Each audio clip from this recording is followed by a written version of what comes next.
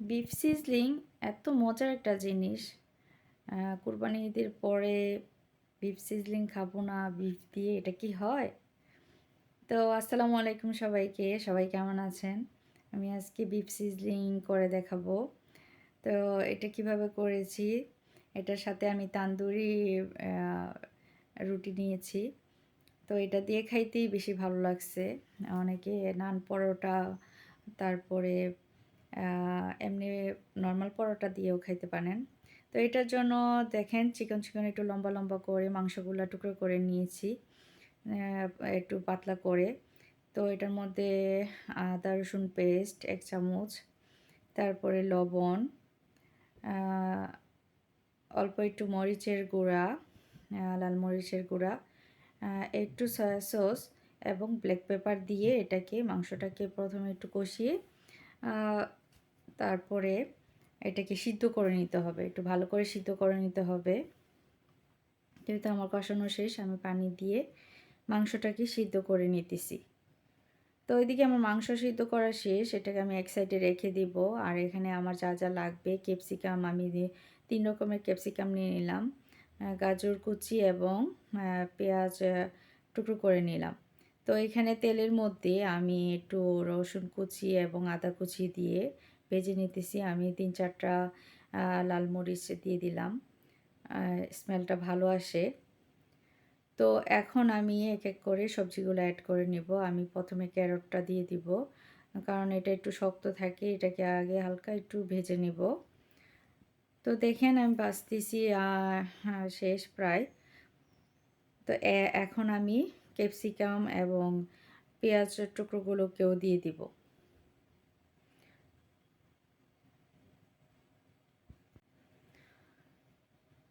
তো আমি এখানে 3 রকমের ক্যাপসিকাম নিছি, গ্রিন কালার, রেড কালার এবং অরেঞ্জ কালার। তো এইগুলাকে দিয়ে দিতেছি এবং পেঁয়াজগুলোকে একটু বড় বড় টুকরো করে নিলাম। তো এইগুলাকে এখন হালকা একটু ভেজে নিব। চুলার আঁচ কিন্তু একদম হাই থাকবে। তো এখানে কিছু ব্ল্যাক পেপার দিয়ে দিতেছি, ব্ল্যাক পেপার, এবং এখন যে মাংস সিদ্ধ করে রেখেছিলাম ওই মাংসগুলোকে দিয়ে দিলাম। তো এখন এক এক করে আমি কি কি মশলা ইউজ করতেছি এটার মধ্যে এটা দেখাবো। এখানে আমি আবার কিছু সয়া সস দিয়ে দিলাম এবং আমার কাছে হট সস ছিল, এটা 1 চামচ দিয়ে দিলাম। এখানে টমেটো কেচাপ আছে, এইটা 1 চামচ দিয়ে দিলাম এবং অল্প সামান্য পরিমাণ লবণ দিলাম, কারণ যেহেতু সয়া সস ইউজ করা হয়েছে ওটাতেও লবণ আছে। তো এখন এইগুলোকে ভালো করে মিক্স করে ভেজে নিব। আমি অল্প পরিমাণ একটু চিনি দিছি, কারণ চাইনিজ খাবারগুলো হালকা একটু মিষ্টি টাইপের হয়।